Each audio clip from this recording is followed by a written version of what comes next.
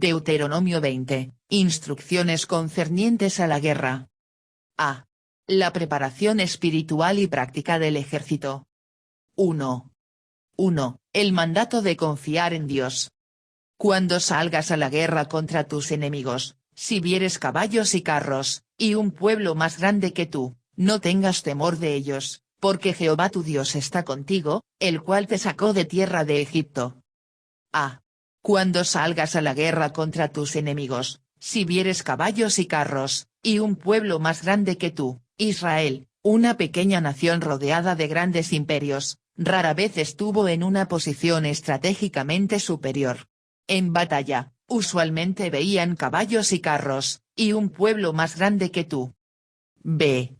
No tengas temor de ellos, a pesar del claro peligro, también tenían un mandato claro de Dios de no temer.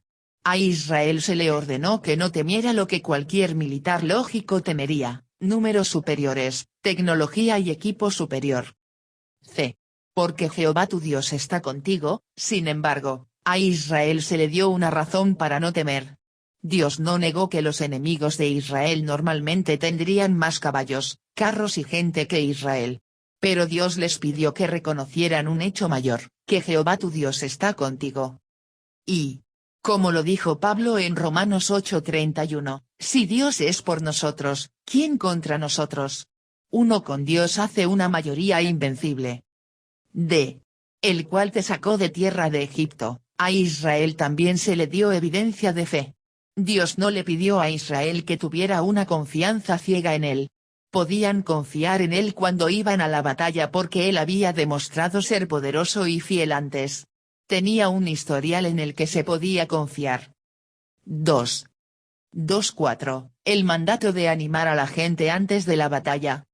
Y cuando os acerquéis para combatir, se pondrá en pie él y cuando os acerquéis para combatir, se pondrá en pie el sacerdote y hablará al pueblo, y les dirá, oye, Israel, vosotros os juntáis hoy en batalla contra vuestros enemigos, no desmaye vuestro corazón, no temáis, ni os azoréis, ni tampoco os desalentéis delante de ellos, porque Jehová vuestro Dios va con vosotros, para pelear por vosotros contra vuestros enemigos, para salvaros.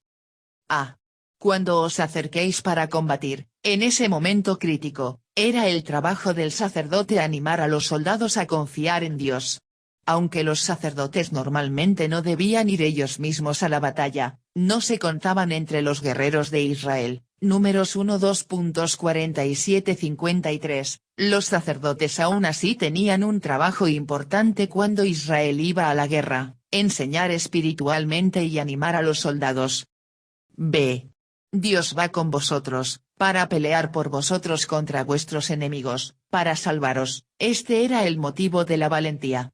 Cuando Israel era obediente y confiaba en Dios, nunca podía perder.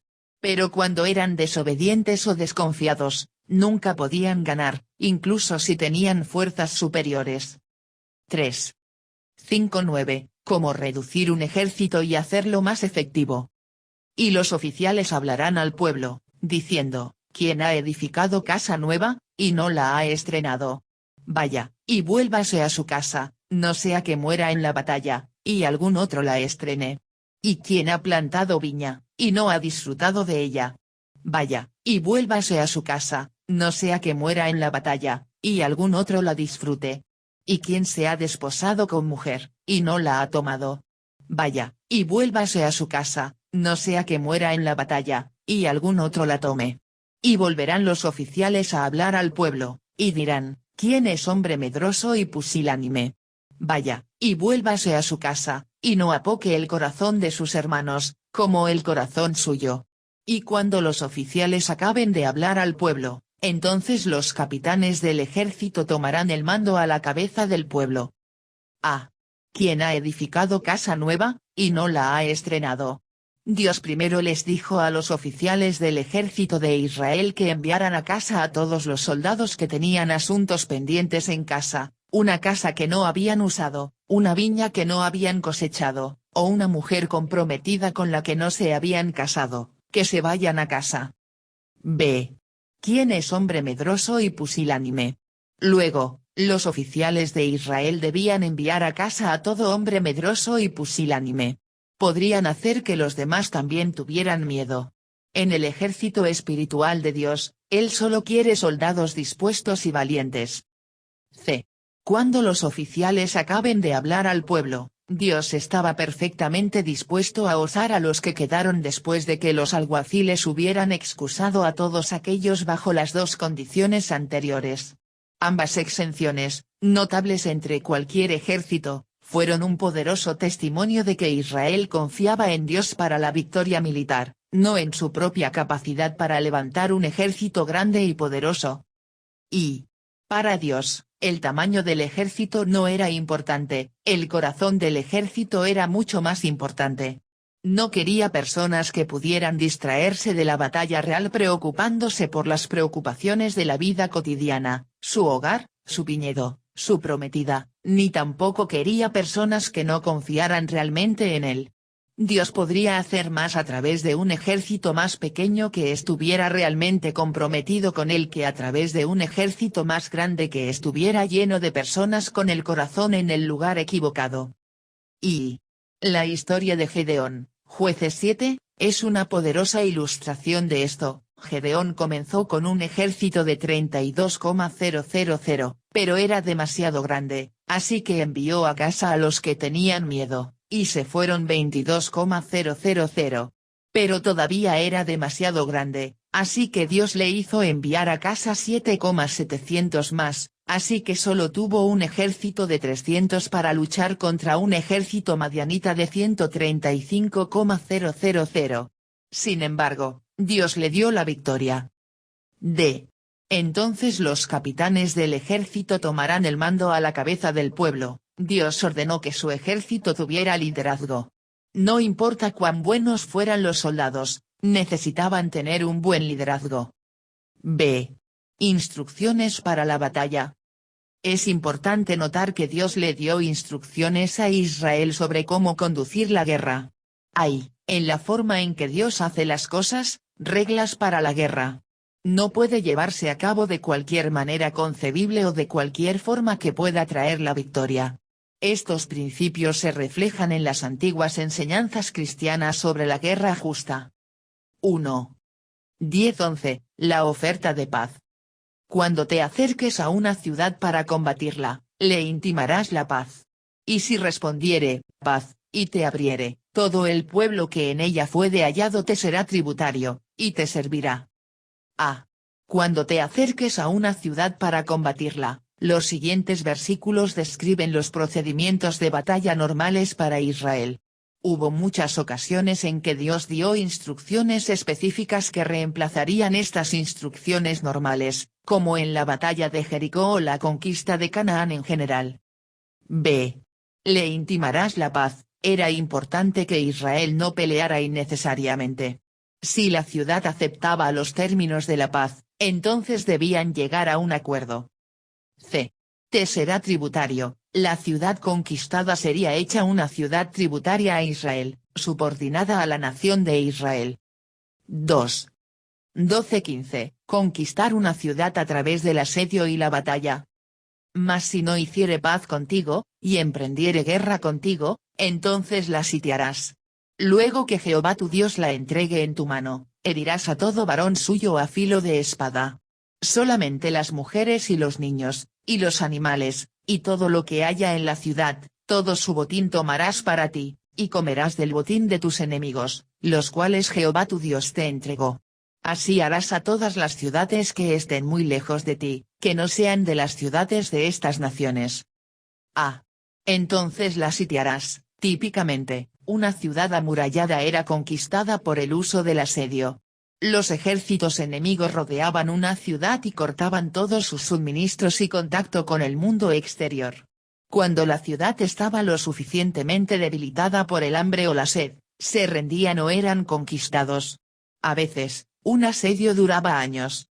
Y hay algunos asedios horribles descritos en las Escrituras, como el asedio de Samaria en 2 Reyes 6 2.24-33. B. Herirás a todo varón, En el mundo antiguo simplemente se entendía que cualquier varón sobreviviente sería un enemigo perpetuo de las personas que habían conquistado su ciudad. Los prisioneros de guerra a menudo no se tomaban en las guerras antiguas, los enemigos simplemente eran asesinados. C. Todo su botín tomarás para ti. El saqueo proporcionaba los salarios para el ejército en la guerra antigua y sufragaba los gastos de la batalla. 3. 16-18. La orden de destruir por completo a los cananeos. Pero de las ciudades de estos pueblos que Jehová tu Dios te da por heredad, ninguna persona dejarás con vida, sino que los destruirás completamente, al Eteo, al Amorreo, al Cananeo, al Fereceo, al Heveo y al Jebuseo, como Jehová tu Dios te ha mandado, para que no os enseñen a hacer según todas sus abominaciones que ellos han hecho para sus dioses, y pequéis contra Jehová vuestro Dios. A.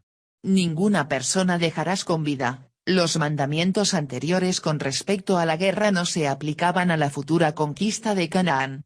Allí, Israel no solo no debía ofrecer paz a las ciudades, sino que también debían destruirlo todo, no solo a los varones adultos.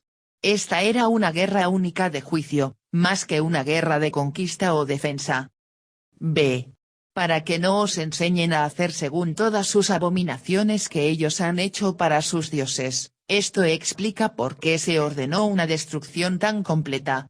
La cultura de los cananeos era tan corrupta, social, moral y espiritualmente, que Dios la consideró irremediable y lista para el juicio. En esta guerra única, los ejércitos de Israel traerían ese juicio sobre los cananeos. 4. 19-20. El mandato de guardar árboles para alimento durante un asedio. Cuando sities a alguna ciudad, peleando contra ella muchos días para tomarla, no destruirás sus árboles metiendo hacha en ellos, porque de ellos podrás comer, y no los talarás, porque el árbol del campo no es hombre para venir contra ti en el sitio. Mas el árbol que sepas que no lleva fruto, podrás destruirlo y talarlo, para construir baluarte contra la ciudad que te hace la guerra, hasta sojuzgarla. A. Cuando sities a alguna ciudad, peleando contra ella muchos días, cuando un ejército rodeaba una ciudad durante un asedio, el ejército buscaba provisiones en el campo. Al necesitar madera para la construcción y el combustible, sería común que el ejército sitiador talara árboles en los alrededores de la ciudad. B. El árbol que sepas que no lleva fruto, podrás destruirlo y talarlo. Sin embargo, Dios ordenó a Israel, no destruirás sus árboles, porque de ellos podrás comer cuando sitiaran una ciudad. Tenían que adoptar una visión a largo plazo, una buena para la ecología, y ver que su necesidad inmediata de madera era menos importante que el bien a largo plazo del área.